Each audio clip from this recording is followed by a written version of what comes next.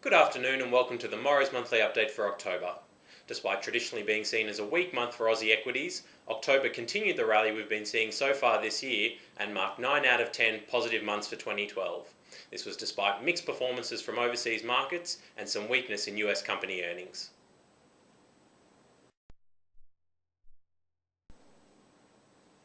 The Australian share market outperformed the US market in October as the RBA's surprise interest rate cut supported risk appetite domestically, while company earnings reports out of the US were generally disappointing. The Aussie market rallied about 2%, while the US markets fell about 2%. Europe was also up 2%, while China and Japan both fell about 1%.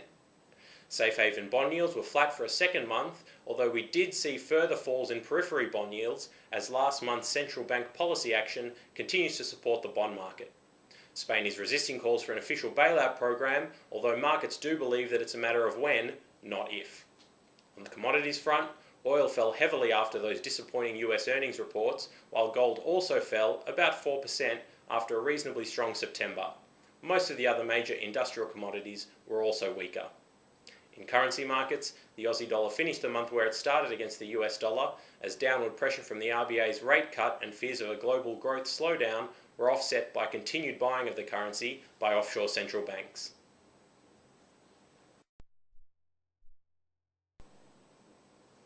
After a disappointing September, data out of the US in October was generally more positive. The unemployment rate ticked below 8% for the first time in years, while both manufacturing activity and industrial production were better than expected. The housing market has now officially bottomed, with data pointing to consistent strength in the sector. In Europe, data was mixed, with some signs of a pickup in manufacturing activity and business and consumer confidence offset by ongoing weakness in the labour market. The unemployment rates in both Greece and Spain are above 25%, while youth unemployment in those countries is at a staggering 50%. Chinese data pointed to a bottoming in the economy after a disappointing couple of months. Manufacturing activity and industrial production both rebounded during October, while the rate of economic growth for the year ended September matched expectations of 7.4%. Importantly, September quarter GDP growth beat expectations and new order activity jumped, pointing to potential strength in the economy heading into the new year. The leadership transition will commence in November, so it will be interesting to see if any new policy announcements come from this.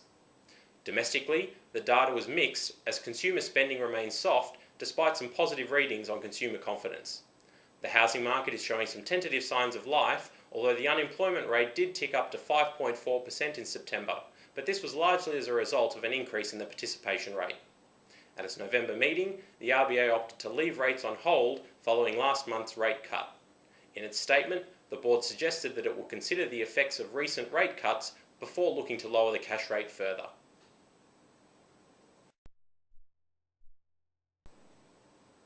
Global markets have so far had a positive 2012, although we expect any further gains will likely need to be driven by company earnings growth.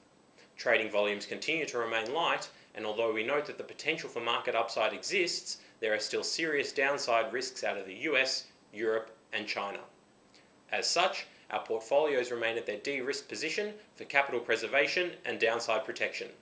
We continue to monitor investment markets closely and are ready to move client portfolios to benefit from any market movements. Thanks for your company, and we look forward to speaking with you again next month.